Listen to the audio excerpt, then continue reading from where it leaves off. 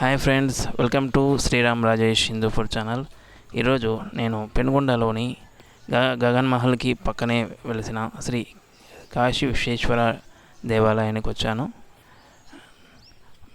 ఇక్కడ చూస్తే మీరు చుట్టూ ఇది నూతనంగా నిర్మిస్తున్నారు. ఈ దేవాలయాన్ని పూర్తిగా గ్రానైట్తో చాలా అందంగా నిర్మించారు. మీరు ఈ ఆలయ గోడలపై చూస్తే మన పురాణాలని మనకు కళ్ళకు అద్దం పట్టేలా చాలా చక్కగా చెక్కారు. ఆనాటి శివునికి సంబంధించిన కథలు,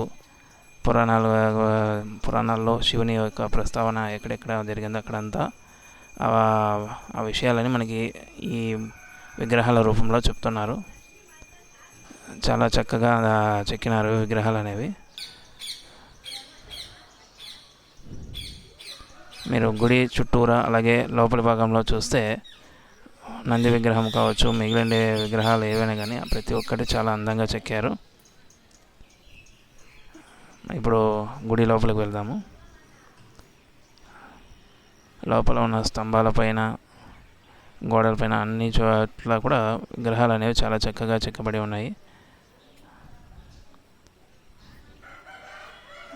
ఒక్కొక్క స్తంభంలోనూ ఒక్కొక్క రకమైన చుట్టూరా మనకి విగ్రహాలు అనేవి ఉంటాయి. చాలా బాగున్నాయి. అలాగే గుడి లోపల కూడా చాలా అందంగా ఉంది. గుడి చుట్టుపక్కల చాలా ప్రశాంతంగా ఉంటుంది వాతావరణం. చుట్టూరా కొండలు ఉంటాయి. చాలా బాగుంటుంది ప్లేస్. ఈ గుడి లోపల కొన్ని విగ్రహాలు అనేవి వీళ్ళకి భోగ సముద్రంలో చెరువులో దొరికినాయంట. వాటిని కూడా ఇక్కడ తీసుకొచ్చి ప్రతిష్ఠించినారు.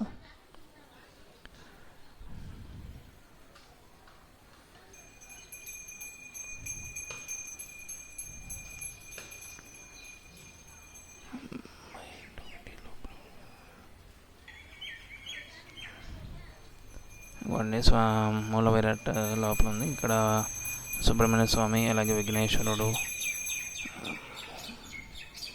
అనే విగ్రహాలు ఉన్నాయి. అలాగే స్వామి అర్చకుల వారు స్వామివారికి గంగాభిషేకం, జలాభిషేకం చేస్తున్నారు.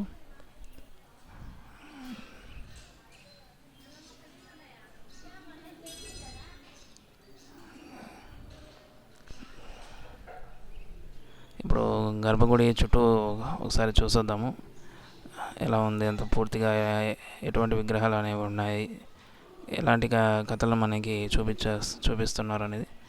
దీనిలో చూడొచ్చు మీరు, అర్జునునికి పాశుపత అస్త్రం అనేది శివుడు ఎలా ఇచ్చాడో, అప్పుడు ఏం జరిగింది అనే విషయాలన్నీ మనకి విగ్రహాల రూపంలో చెక్కబడి ఉన్నాయి.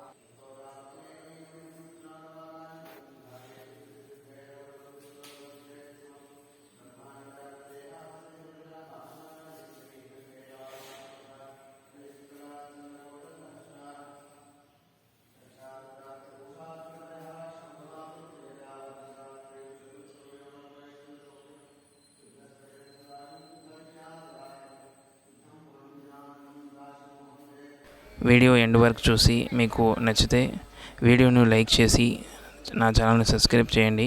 అలాగే మీ ఫ్రెండ్స్ అండ్ ఫ్యామిలీకి ఈ వీడియోని షేర్ చేయండి. అలాగే ఈ వీడియోపై మీ అభిప్రాయాన్ని కామెంట్ చేయండి.